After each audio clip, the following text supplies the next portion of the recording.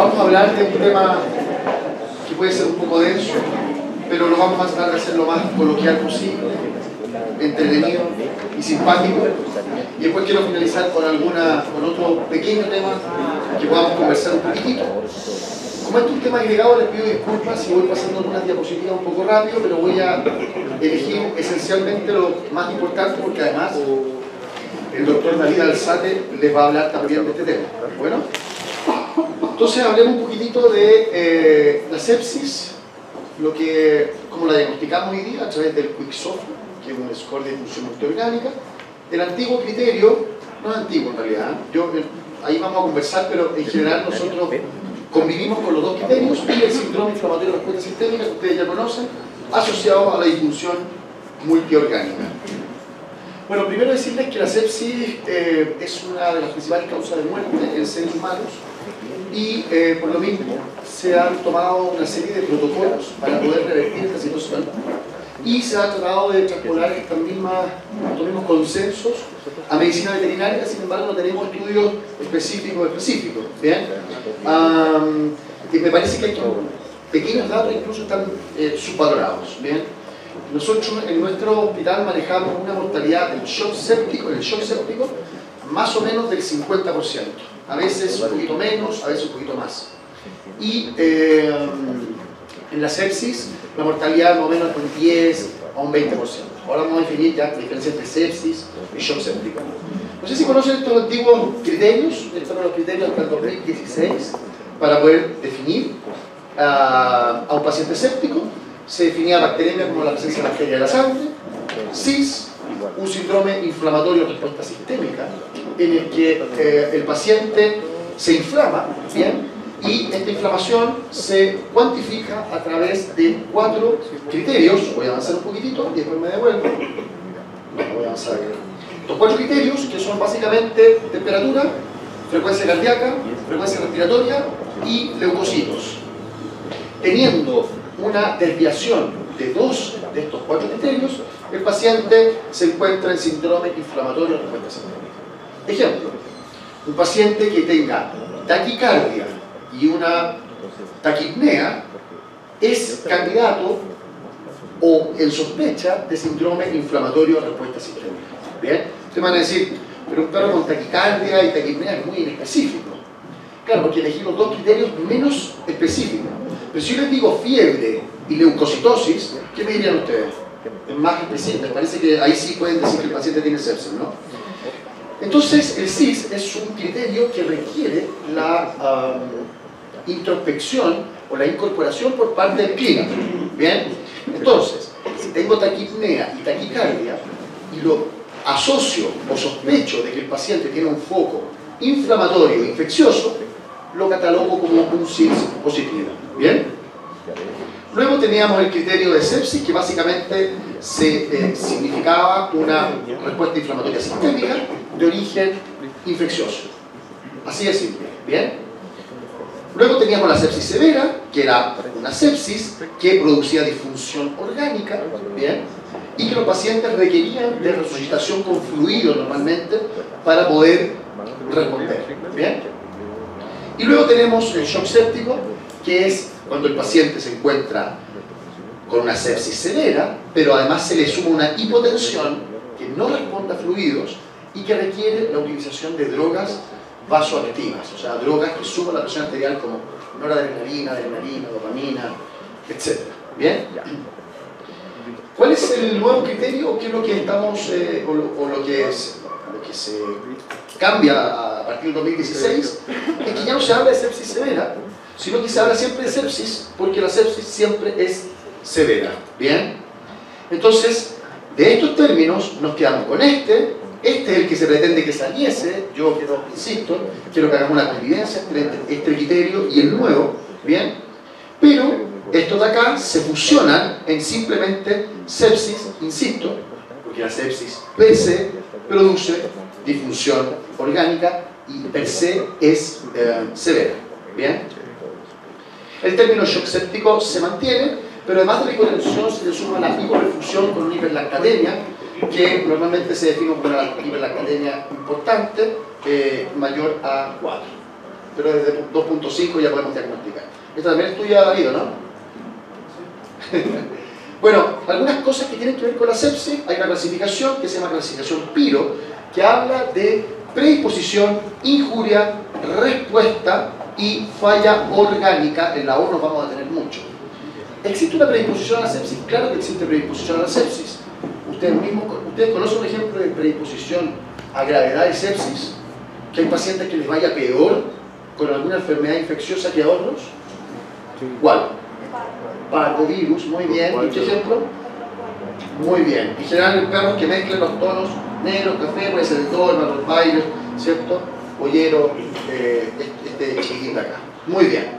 Entonces, efectivamente, hay predisposición y eso es algo que nosotros debemos empezar a cuantificar cuando se ingresa un paciente, porque sabemos que la sobrevida de un paciente, por ejemplo, un Rottweiler con parvovirus, es un paciente que tiene una mortalidad mayor. ¿Bien?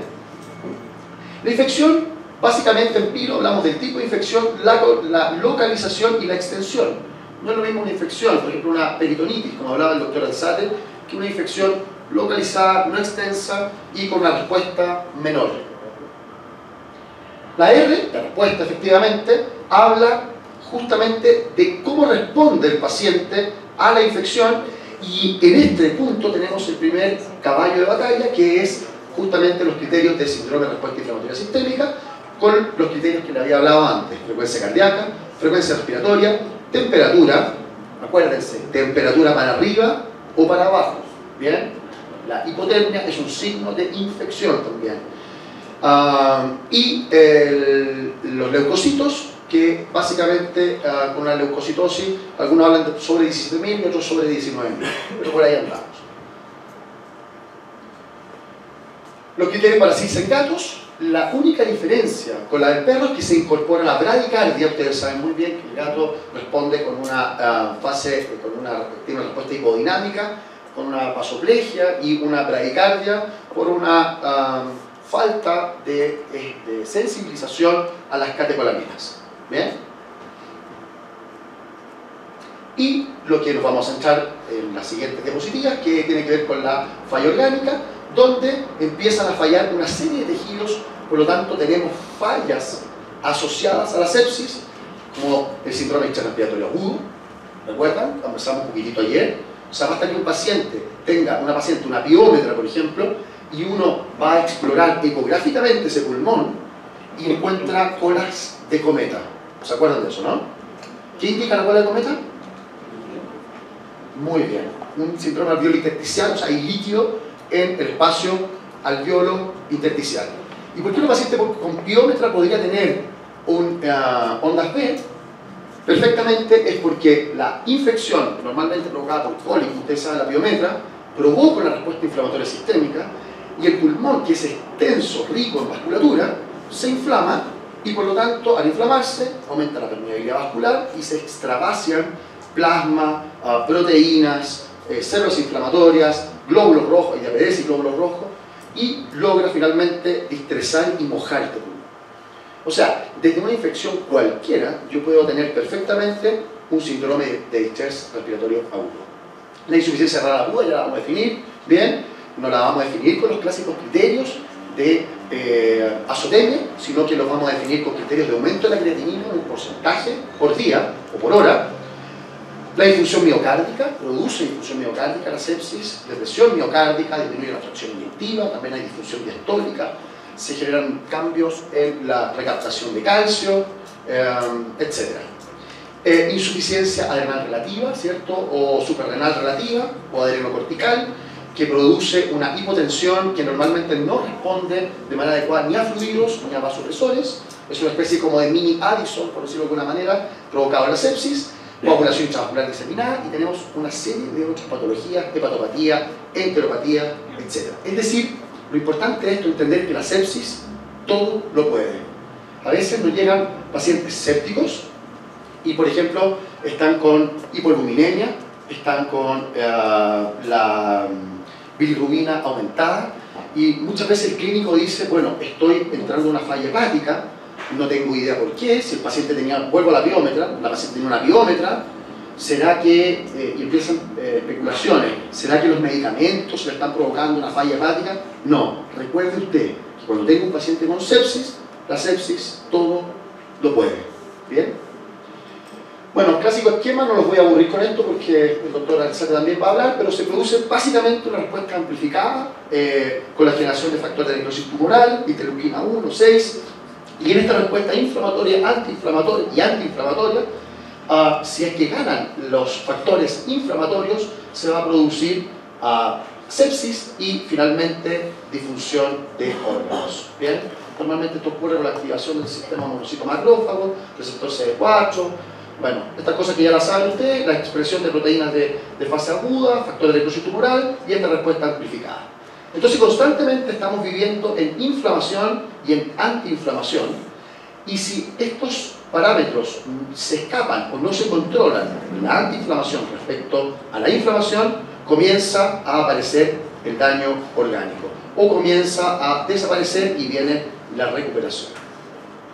Esta es la teoría de que la sepsis es una enfermedad inflamatoria, per se.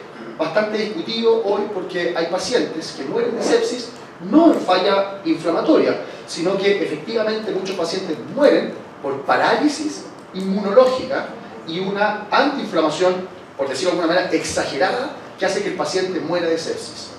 Entonces con el tiempo alguien dijo, la sepsis en sí no necesariamente es una enfermedad inflamatoria, pero sí es una enfermedad de disfunción de órganos, y ahí es donde se proponen los nuevos criterios como el Quick SOFA. ¿Bien?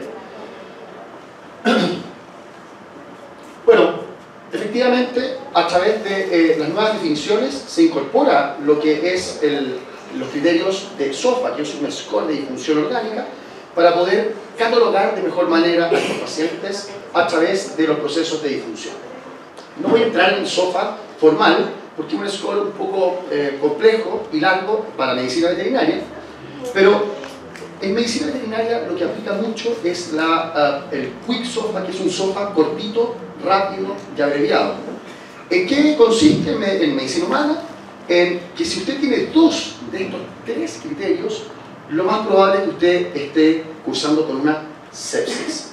Y ya no vamos a hablar de criterios de inflamación, sino que vamos a hablar de criterios que tienen que ver con disfunción. Por ejemplo, la hipotensión.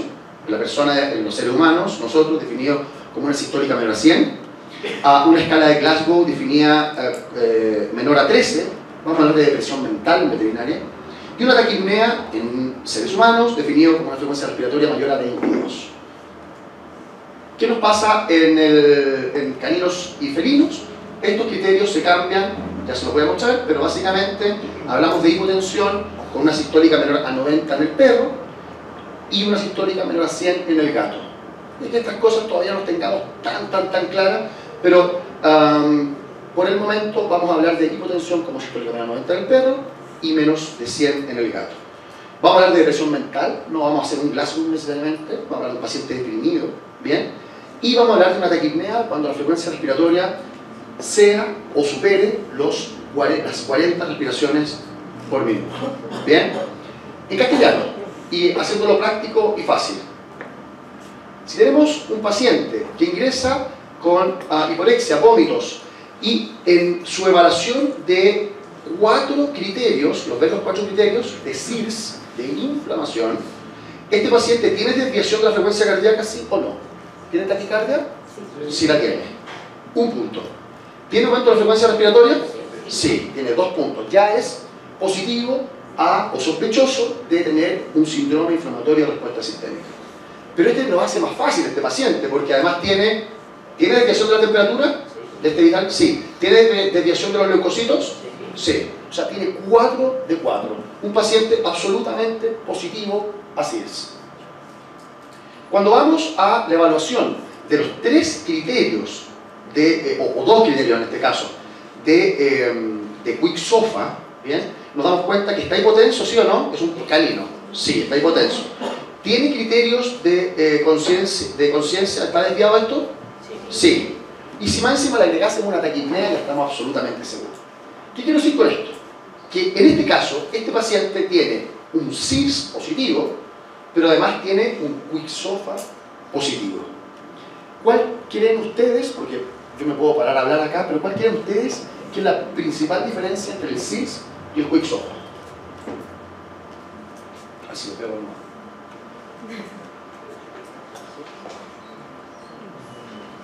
¿Cómo lo ven? La hipotensión es un criterio definitivamente distinto. ¿Por qué? ¿Pero qué le permite evaluar o qué? Le pongo este caso, este mismo caso. Supongamos que este paciente tiene los 4 criterios de SIRS, ¿estamos de acuerdo? Puede ser perfectamente que yo diga que está inflamado, pero que el paciente no esté en disfunción. Podría tener esto y podría tener una sistólica de 120, podría estar bien de conciencia o levemente deprimido, y solo puede tener un criterio que es taquipnea, por ejemplo. Porque lo tiene. Taquipnea es la frecuencia respiratoria, que es el punto común tanto para SIRS como para Quick Sofa. ¿Se acuerdan, no? Por lo tanto, este paciente solamente, si no tuviese hipotensión ni depresión del estatus mental, para Quick Sofa estaría negativo. ¿Me siguen, no? Porque solo contaría con un criterio de los 3. Entonces, la oportunidad que ofrece el SIRS desde nuestro punto de vista es que pueda hacer un diagnóstico temprano, con una sensibilidad y especificidad baja, porque un paciente que tenga esto puede tener sepsis, puede tener pancreatitis, puede tener trauma, puede tener cáncer, puede tener una enfermedad autoinmune, puede tener cualquier cosa, ¿están de acuerdo, no? Por lo tanto, si bien hace un diagnóstico rápido y yo puedo decir, este paciente está en SIRS por una causa infecciosa, por ejemplo la biómetra, voy a poner ojo si aparecen signos de disfunción. Entonces, los criterios de disfunción podríamos decir que son un poquitito más tardíos, pero son mucho más sensibles para diagnosticar sepsis. ¿Podría un paciente tener esto sin tener los criterios de SIRS alterados? Perfectamente, pero en general es extraño. ¿Por qué es extraño? Porque normalmente cuando hay hipotensión, ¿qué pasa con la frecuencia cardíaca? Se eleva, ¿no? Por lo tanto, encontrar un paciente, estamos de acuerdo que si este paciente tuviese taquipnea, tiene un criterio común de Quick Sofa y tiene un criterio común para SIRS. Si además le agregamos hipotensión, lo más probable es que en el SIRS aparezca un aumento de la frecuencia cardíaca. Es decir, son métodos complementarios, amigos. Uno es menos específico, es más rápido, y el otro es probablemente más tardío, pero mucho más específico para sepsis, como es el Quick Sofa. ¿Bien? Bueno, este paciente además nos está dando ciertas cosas de superfusión, nos dice que tiene un tiempo unicapilar aumentado, tiene mucosas pálidas, está urigúrico y tiene un lactato sobre 2.5 milimoles por litro, por lo tanto aumentado. Si voy de nuevo a los criterios, tengo SIRS positivo, tengo Quick Sofa positivo y tengo criterios de perfusión positivos. Tiempo unicapilar aumentado, mucosas pálidas, tengo baja perfusión renal, por eso orina poco, tengo un lactato aumentado y por lo tanto estoy absolutamente seguro de que el paciente está entrando en una sepsis, y como ya les dije antes, al principio, al ser siempre severa la sepsis, el paciente tiene disfunción orgánica, estando séptico. ¿Bien? Bueno, ¿de qué se trata esto? Se trata de restaurar la unidad funcional y estructural. Lo vamos a ver en la tarde cuando hablemos de shock y metas de resucitación. Esto es súper bonito y la invitación es a apasionarse. Cuando ustedes pasan un bolo de fluidos, 10 ml por kilo, como les dijo David, por ejemplo, que rinde el lactato, ¿se dan cuenta de lo que están haciendo con ese bolo de fluidos?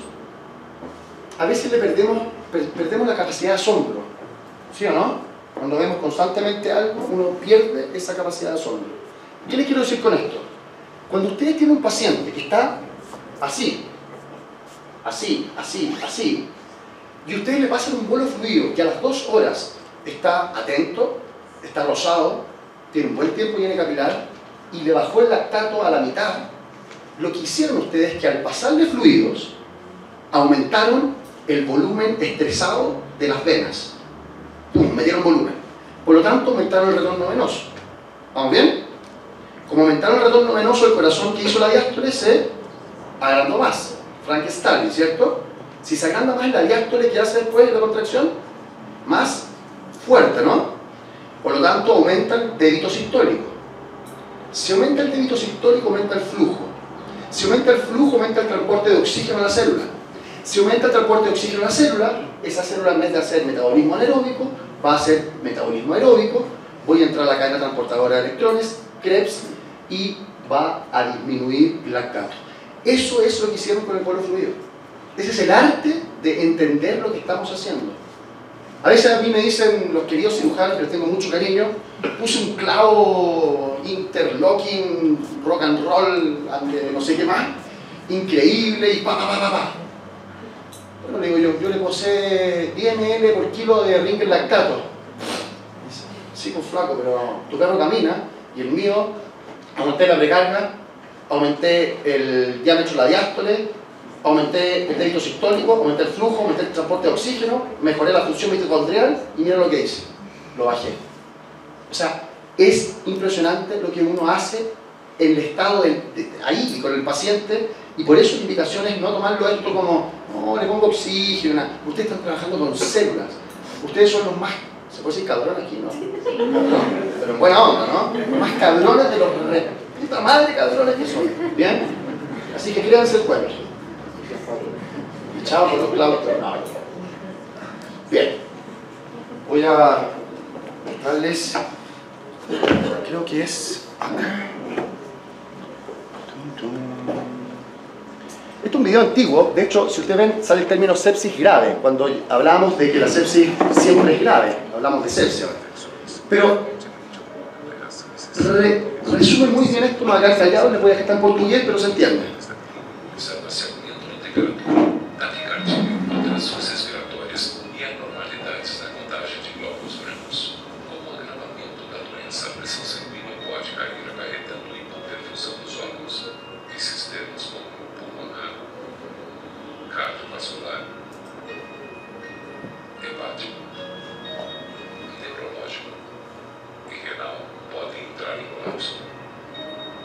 Tradicionalmente, esta reação excessiva tem sido associada com a perda de homeostasia através de uma incontrolável cascata de inflamação, coagulação e prejuízo da fibrinose.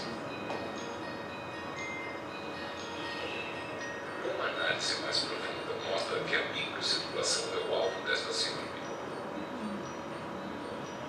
A cascata da sepse começa com a ativação endotelial em resposta a um agente infeccioso ou uma toxina. Este dano endotélio aumenta o processo inflamatório, acarretando a ativação de neutrófilos e expressão de moléculas de adesão. Os neutrófilos começam a rolar pelos capilares e aderem ao endotélio.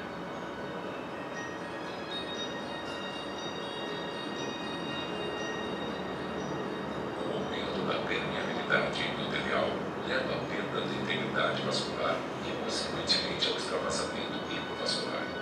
Si eso es el pulmón, es edema pulmonar, está claro, ¿cierto? Nos pulmões, o edema alveolar leva a lesão pulmonar aguda e sempre do desconforto respiratório.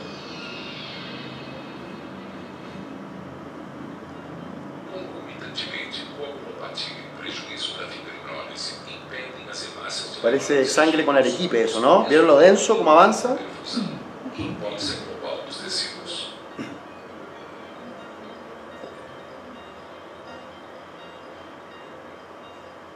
A amplificação da coagulação leva à formação de grande quantidade de trombina, que transforma a fibrinogênio em fibrina.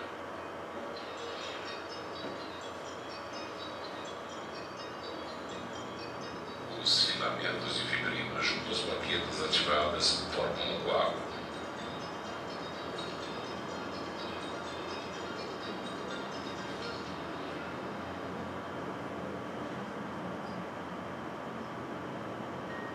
A redução do tônus vascular,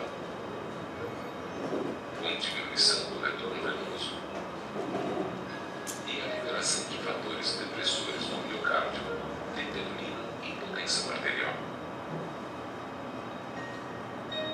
Esta é uma imagem da circulação capilar de um indivíduo normal. Não há interrupção no fluxo sanguíneo e muitas alças capilares são visíveis. Agora veja um paciente em choque séptico, mesmo com a recuperação dos parâmetros hemodinâmicos através de tratamento com agentes vasodilatados.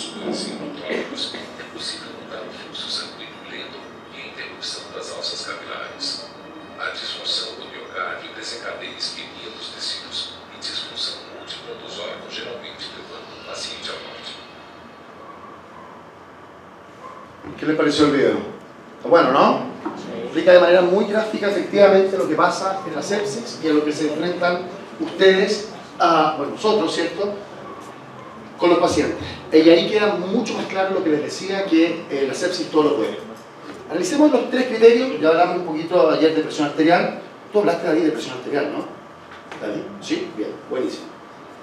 Vamos a hacer pequeños recordatorios y lo vamos a hacer constantemente porque hay que ser majadero con esto.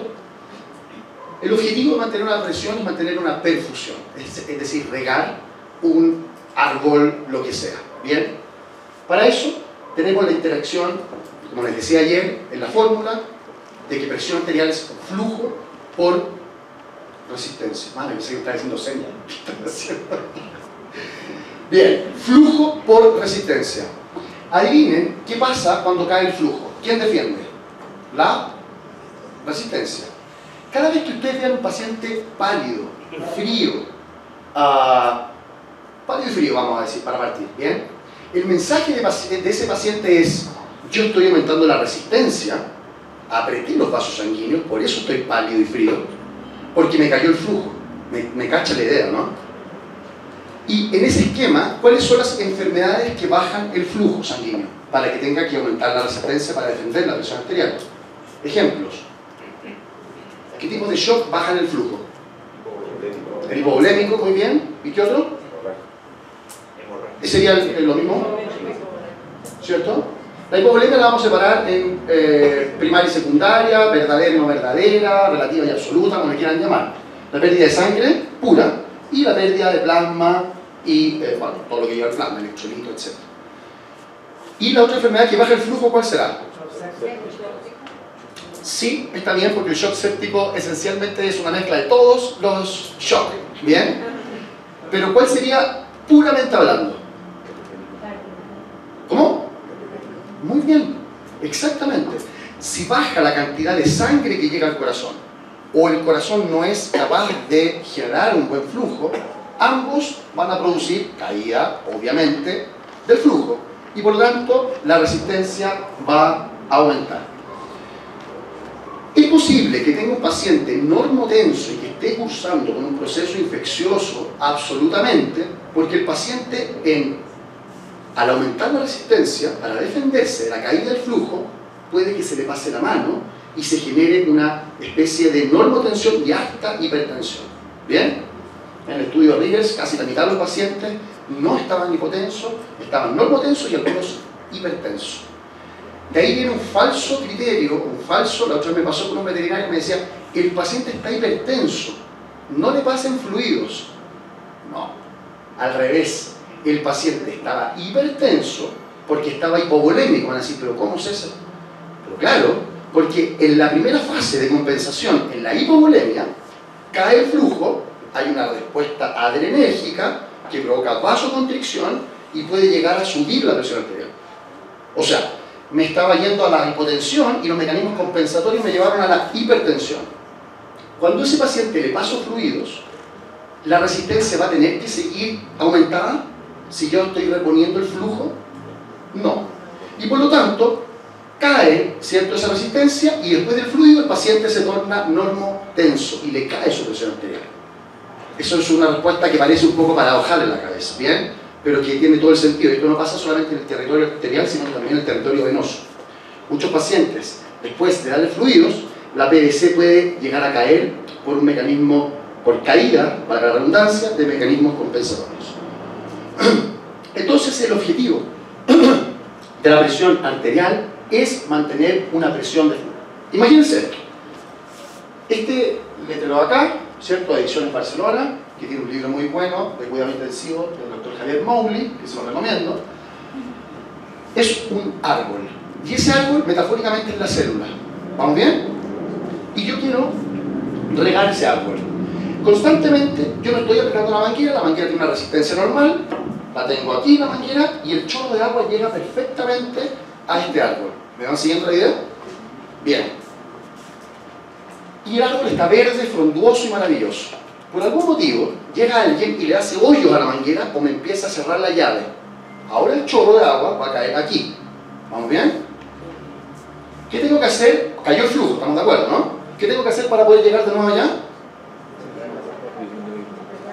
Muy bien, aumentar la resistencia. O sea, agarrar la manguera y apretarla. Voy a llegar al árbol de nuevo. Esa metáfora, que llegue de nuevo con un chorro de agua al árbol, es que estoy restaurando la presión arterial. Pero la estoy restaurando a través de la resistencia. ¿Le está llegando la misma cantidad de agua que antes al árbol? No. O sea, puedo tener la misma presión arterial, pero son a distintos flujos. En el primer caso, al árbol le llegaba mucha agua y ahora le está llegando un pequeño chorro. El árbol se mantiene vivo, estamos de acuerdo, ¿no? Pero con el tiempo este árbol se va a empezar a poner amarillo, las hojas se van a poner marchitas. Y la hoja marchita vendría a ser la célula, lo mismo que la célula te diga, saque un cartel y diga, tengo hiperlactatemia. Por lo tanto, el primer objetivo es llegar al árbol regando, pero luego el siguiente objetivo es llegar con un buen flujo. No llegar con un chorrito apretado a través del aumento de la resistencia vascular sistémica. ¿Bien? Bueno, la presión arterial ya se habló.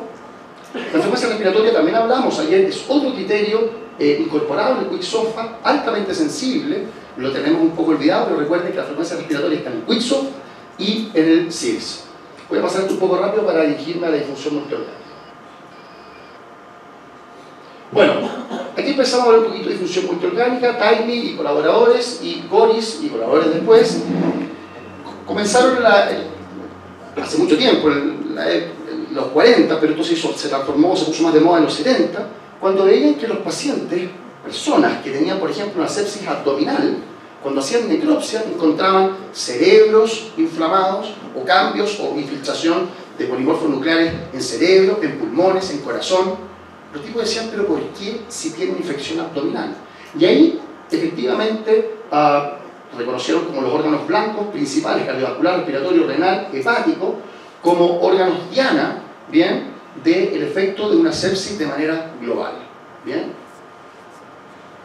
El sistema de difusión multiorgánica ha sido bastante estudiado, esto es un poquito antiguo, que es un review, no hay cosas tan definidas hoy día, pero voy a mostrar las tendencias.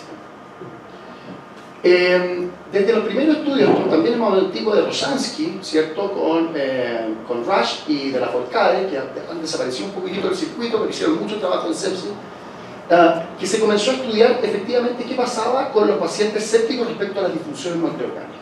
¿Bien? ¿Y qué se estableció? Se estableció que los pacientes que tenían, en este primer trabajo, que tenían una disfunción orgánica, cardiovascular por ejemplo, ¿bien?, tenían 67% de posibilidades de sobrevida. Los pacientes que tenían dos disfunciones orgánicas tenían 25% de posibilidades de sobrevida.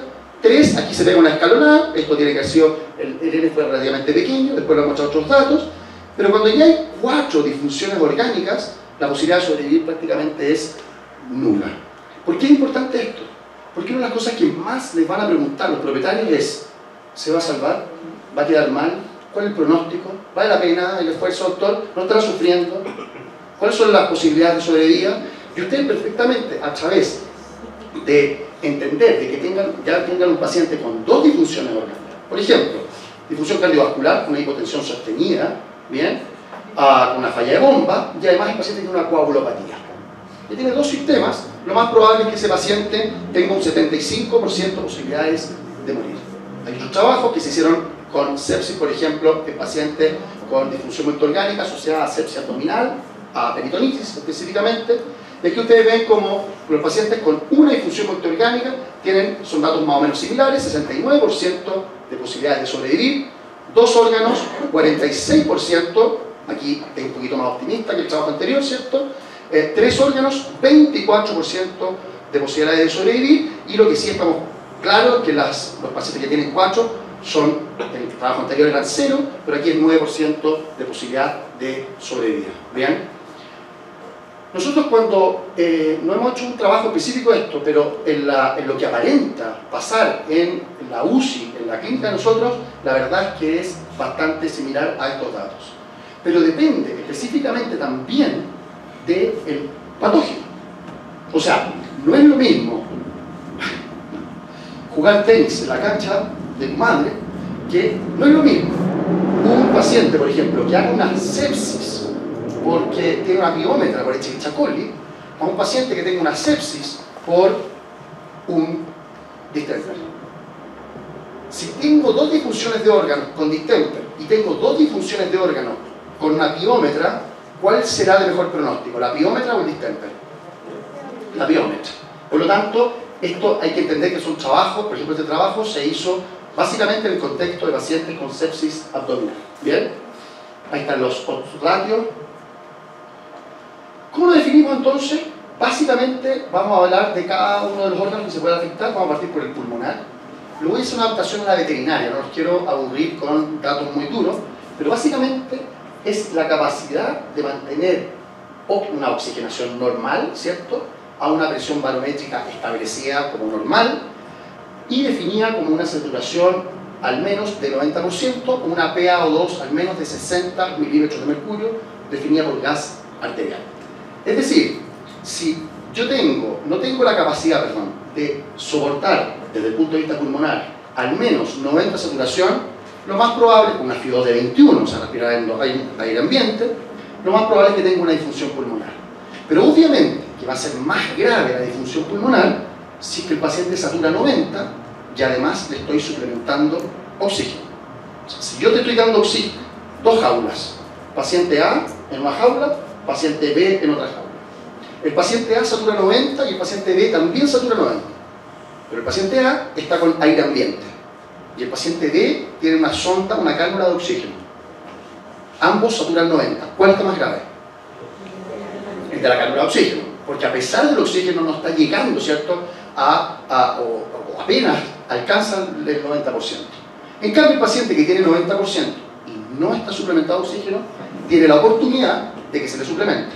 Y en la tarde vamos a hablar de las técnicas de oxigenación. ¿Bien?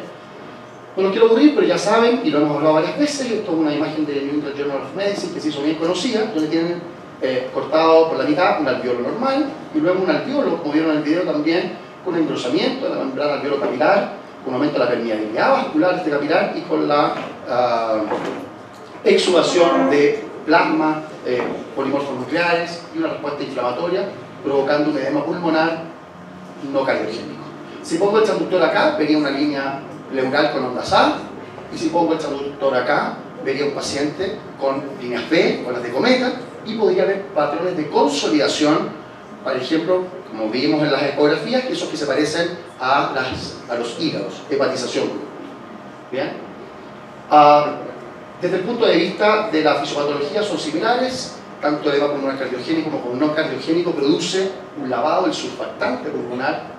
Muchas veces los pacientes, voy a hacer entre paréntesis al edema pulmonar cardiogénico, cuando los propietarios les digan que el paciente esputa, o sea, bota algo, y ustedes le preguntan cómo es ese líquido, pregúntenle si es como una espuma detergente o saliva y si está asociada, ¿cierto?, a un tono rojizo, porque eso es positivo a surfactante pulmonar. Voy a salir un poco de esto porque vamos a hablar en la tarde de la disfunción respiratoria. ¿Bien?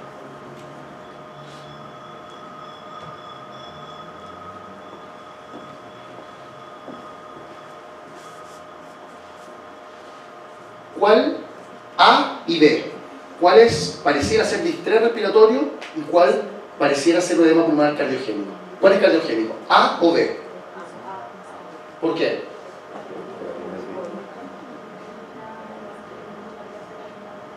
Muy bien. Bueno, usted, doctora. Muy bien. Exactamente. Una pleura que se desana con la generación de la cola de cometa o la onda B, hablando de un síndrome alveolar intersticial. Lo mismo acá, pero con un colón de cometa más grande, más fusionado, ¿cierto? Ya no es ni de uno, esto es una gran cola de cometa, un patrón alveolar sin ninguna duda, pero además nota este escalonamiento en la pleura y se ven algunos broncogramas. ¿Bien? ¿Vamos bien con lo respiratorio? Fácil. Entonces, es que doctor, es que la perra tiene piómetra, sí, pero satura 90 con aire ambiental, lo más probable es que esté en disfunción pulmonar. Luego voy a hacer una eco, sí, está llena de colas de cometa, así que estamos en disfunción pulmonar. Un órgano o un sistema afectado. ¿Vamos bien? Top. Sigamos con cardiovascular.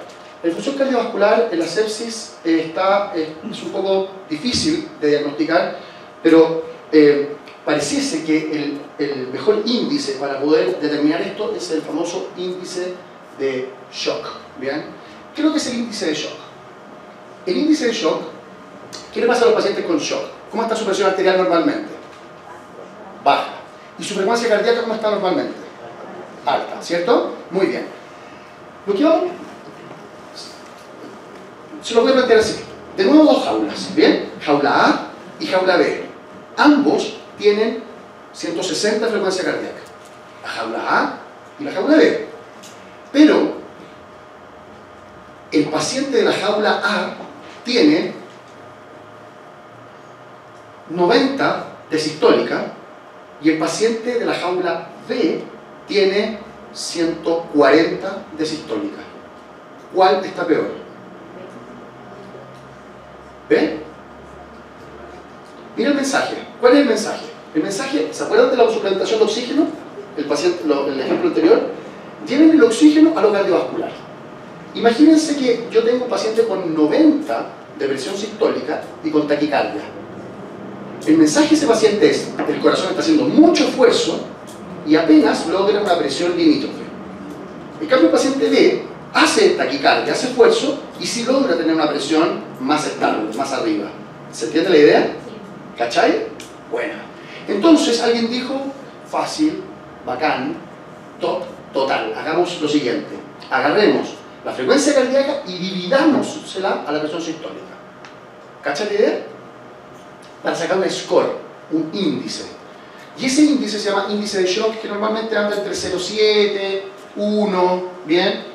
Y sobre 1, uno ya empieza a ponerle ojo, atención, y sabemos que cuando alcanza ese valor, ese score 1.4, normalmente estos pacientes ya están en disfunción cardiovascular, están con problemas, y también se ha estudiado, o nosotros estudiamos, un estudio de la suavecita Galvez, que estos pacientes normalmente ya empiezan con 1.4, este índice empiezan con hiperlactatemia. Sus lactatos están elevados, normalmente están cercanos a 4. ¿Alguien tiene calculadora ahí o no? ¿Tienen calculadora en su celular? ¿Hagamos el ejemplo? Bien. Hagamos el mismo paciente. Habíamos dicho que el de la jaula A, ambos tenían 160 de frecuencia cardíaca, ¿cierto? Bien. El paciente A tenía 90 sistólica y el paciente B tenía 140. ¿Me pueden hacer el índice de shock para el paciente A y el paciente B? El paciente A sería 160 dividido en 90 y el paciente B sería 160 dividido en 140. ¿Cuál es el índice de shock para cada uno de ellos? 1.7 para el primero, superior a 1.4. Lo más probable es que esté en shock, ¿cierto?, instaurado con hiperlactatemia. Sí. ¿Y el paciente B? ¿Cuánto? ¿1,1? 1,1. O sea, es un paciente que ya está aquí, pero que no toque la línea del 1.4, que normalmente es el punto donde ya definitivamente se instauró. ¿Cacharon la idea de cómo pueden jugar con esos dos números y pueden establecer disfunción inmediatamente? O sea, para el paciente, sí. Para el paciente 1 es evidente que está hipotenso. Sí. Pero puede pasar en otro escenario, sí, que haya dos pacientes que estén normotensos, es decir, 120, 110, sí, presión de límite, pero evidentemente va a haber uno que está en 160 de cardíaca, sí, y otro puede tener una presión de límite, pero con 100 de cardíaca. No está haciendo tanto esfuerzo para mantener la presión. Exactamente. Ahí la diferencia no solamente es el punto de corte, sino que las diferencias entre ellos. Es decir, si uno tiene 1 punto, aunque estén normales, uno tiene 0,9 y el otro tiene 1,1, por ahí. Claramente no hay grandes desviaciones entre ellos, pero sin duda el que tiene 1.1 está 3 escalones más arriba de la hipoperfusión que el otro. ¿Bien? Por lo tanto, dice como para dónde va el asunto, para dónde va, en Chile decimos para dónde va la micro o el bus. ¿Bien? ¿La tienen? ¿Sí? ¿Perfecto? ¿No hay problema? Fantástico. Ahora, si ese índice de shock ustedes lo pueden mejorar con una carga de fluidos, es probable que la difusión cardiovascular sea pasajera y no pase nada. Pero si no mejora con el fluido y ya tienen que utilizar drogas para mantener la presión arterial y bajar la frecuencia cardíaca, lo más probable es que el paciente sí tenga instaurada una disfunción cardiovascular. ¿Bien? Fácil, ¿no? ¿Cómo lo encuentra, doctora? ¿Fácil? ¿Sí? ¿O más o menos? Más o menos. Bien. Pero queda más o menos el concepto, ¿no? En el fondo es, la presión arterial vendría a ser el objetivo o cuánto avancé después de caminar. Entonces, hay dos pacientes. Este paciente está así de rápido y avanzó este tramo. O sea, tengo una taquicardia tremenda y apenas tengo esta presión arterial. Y el paciente al lado corre igual de rápido, pero avanza mucho más, es decir, logra una mayor presión arterial. ¿Bien? Ya no lo aburro más con el índice de Sharp.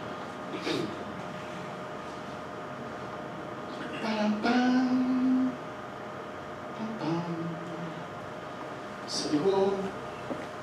Doctora. ¿Considera shock con cuánto de la medida del índice shock? 0.4? 1.4, sí. O sea, mira, sobre 1, uno tiene que ya ponerle atención. Estos dos datos son distintos que en medicina humana. Te voy a poner, en medicina humana con 1 ya estás con un índice de shock aumentado. Pero ustedes entenderán que en veterinaria no. Les voy a dar un ejemplo de 1. ¿Qué pasa si un paciente tiene 100 de sistólica y 100 de frecuencia cardíaca? ¿Cuánto tiene índice de shock? 1. ¿Y está mal un paciente con 100 de sistólica y 100 de frecuencia cardíaca? Pareciese que no, pero igual uno ya le pone atención porque uno dice, amigo, usted tiene la frecuencia un poquito tirada para arriba y lo noto con la presión más o menos ahí. Pero usted me va a decir, sí, pero es que es distinto entre un poodle y un doberman, por supuesto. Un poodle con 1 índice de shock y un gran danés con 1 índice de shock son dos pacientes completamente distintos. El gran danés está bastante peor que el poodle con 1 de índice de shock, de 100 de frecuencia cardíaca y 100 de sistólica. Bueno, esta es la fisiopatología de la hipotensión. ¿Por qué se produce? No voy a aburrirlo. Pero básicamente se produce una hiperpolarización, ¿cierto? También se desfosforila la miosina y con eso se produce una vasoplegia y una vasodilatación. Pero además se afecta el corazón. Este es un trabajo donde ustedes pueden ver los niveles de BNP, ¿cierto? Que estiman como estimadores de falla cardíaca o elongación de las fibras cardíacas en un paciente en grupo sepsis y en el grupo de pacientes con falla cardíaca congestiva, y ustedes pueden ver que los comportamientos son absolutamente similares. Es decir, la sepsis produce disfunción cardiovascular. ¿Bien?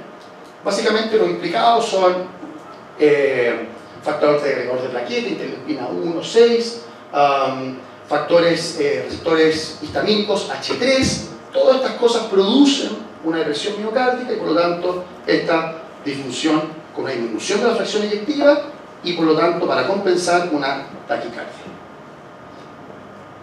Saltamos a renal. ¿Vamos bien? Bacán. Vamos a poner de nuevo, para resumir estos dos ejemplos, vamos a ir a la paciente con pirómetra. Doctor, le traigo a la Juanita, está decaída, vomita, hiporéxica o anoréxica, muy decaída, y ustedes inmediatamente hacen una ecografía, hacen una evaluación, la anotan con sus criterios de SIDS, se dan cuenta que tiene pirómetra, y además ahora oxigena apenas 88% con aire ambiente. Disfunción respiratoria. Además tiene un índice de shock de 1.8 y ustedes le pasan fluidos y esta paciente no baja su índice de shock a un valor normal, hasta menos de 1.4, y le agrega una disfunción cardiovascular. Desde el punto de vista renal, vamos a hablar no de azotemia, o sea, podemos hablar de una azotemia absoluta con valores de mayores a 1.8 miligramos por decilitro, pero los pacientes se van a considerar que van con una tendencia hacia la insuficiencia renal si simplemente tienen un aumento de 0,5 miligramos por decilitro día. Es decir, si el paciente ingresó con 1 de creatinina y al día siguiente tiene 1.5, aunque 1.5 sea normal, solo por el hecho de haber aumentado 0,5 miligramos por decilitro en 24 horas, le da el título a ese paciente de estar en disfunción renal. Obviamente que descartando una insuficiencia renal de tipo pre y postrenal. Porque si yo tengo un paciente hoy día con creatinina 1 y no lo he polemizado bien o no tengo una buena presión arterial y al día siguiente tengo 1.6, es absolutamente adjudicable al factor prerrenal. ¿Bien? ¿Tienen este ejemplo? ¿Lo cacharon? No es necesario per se superar el valor máximo, sino que simplemente aumento día en esta cantidad de 0,5 ya es un indicador de disfunción renal. Ojo que esto es disfunción y no falla renal, ¿bien? O sea, lesión aguda. Bueno, alguna imagen de vaporización de túmulo, no lo voy a aburrir. Desde el punto de vista hepático, el factor que más se ha estudiado es la bilirrubina como una tendencia absoluta. Esto no es aumento por día, sino que un aumento, es decir, una hiperbilirrubinemia, caracterizado por una bilirrubina total más de 0,5 millones por decilitro. Sin embargo, se pueden ocupar otros factores de funcionalidad hepática, como el nitrógeno ureico, la albúmina, aunque la albúmina no necesariamente habla de disfunción hepática, sino que habla o puede hablar de que el hígado está absolutamente ocupado en la fabricación de proteínas de fase aguda con un descuido de la producción de albúmina. Pero eso ya sería una disfunción hepática igual. Desde el punto de vista de la coagulación, los test más clásicos, obviamente que el diagnóstico de la coagulación, si nos quieren poner elegantes, podríamos hablar de dímero D, antitrombina 3, o mejor, más elegante, tromboelastografía, pero algo aplicable a la práctica clínica, rápido, conciso y no tan preciso a lo mejor, pero sí funcional. Es básicamente, un paciente tendría difusión de la coagulación si tiene menos de 100.000 plaquetas, o si tiene aumentado un 25% por sobre el valor normal, el tiempo de protrombina y tromboplastina parcial activado. ¿La cacharon? Bien, o sea, está aumentado un 25% sobre el valor, hay difusión coagulatoria. Desde el punto de vista gastrointestinal, es más cualitativo que cuantitativo. Los pacientes con difusión gastrointestinal tienen ilio. ¿Cómo diagnostican el ilio? Con lo que siempre hay que hacer, pero se nos olvida, que es con los métodos básicos, ocultación del abdomen. ¿Bien? La ocultación del abdomen es fundamental para saber si tenemos integridad gastrointestinal. A veces nosotros vemos pacientes que se les pasan sondas, se les ponen sondas de alimentación, se les fuerza la nutrición y el intestino está absolutamente paralizado. Hay que descubrir la causa de ilio, si es séptica en sí propia o descartar las principales como son la hipocalemia, ¿bien? Que es lo principal. Cuando un intestino no se mueva, lo primero que deben ir a hacer es ir a mirar el potasio de ese paciente, ¿bien? Si está normocalémico, empiezan a descartar las otras posibilidades, dentro de ellas la sepsis. Vómitos por úlceras de estrés, úlceras en sí mismo, ¿cierto? Incluso puede haber hematemesis o melena y la malnutrición. O sea, ese paciente que a pesar de que está con nutrición no recupera y no levanta peso ni masa muscular. ¿Bien? Este trabajo siempre lo muestro, es en pacientes traumatizados, no es en pacientes sépticos, pero es súper interesante. Porque básicamente recuerden que el trauma, la sepsis, es un SIRS de origen infeccioso y el trauma es un SIRS de origen no infeccioso. Son primos hermanos. ¿Bien? Estos pacientes con trauma ¿cómo se llama esto? Por atropello, lo que se les hizo fue ponerle lactulosa y silosa por vía rectal. La lactulosa no se absorbe, no pasa a la sangre. ¿Qué hicieron ellos? Súper interesante. Midieron los niveles de lactulosa en sangre posterior, ¿cierto?, a este enema con lactulosa, para saber si es que el intestino estaba chupando hacia la sangre, es decir, aumentaba, se caía la barrera gastrointestinal y por lo tanto había absorción de líquido del intestino. Y fíjense ustedes lo que pasa en el tiempo, cómo estos pacientes hasta las 48 horas mantienen pic de aumento de chupar, literalmente, desde el intestino hacia la sangre, el contenido de lactulosa, y entenderán ustedes que también contenido fecal, por lo tanto. ¿Bien? Es decir, la barrera gastrointestinal en los pacientes inflamados se pierde. Desde el punto de vista nervioso, escala de coma de Glasgow modificada, o nosotros simplemente hacemos el estado de los tres tipos de conciencia, normal, deprimido o eufórico, y con eso definimos también disfunción neurológica siempre y cuando el paciente no esté hipotenso. Yo puedo tener disfunción neurológica, pero porque tengo la presión arterial baja.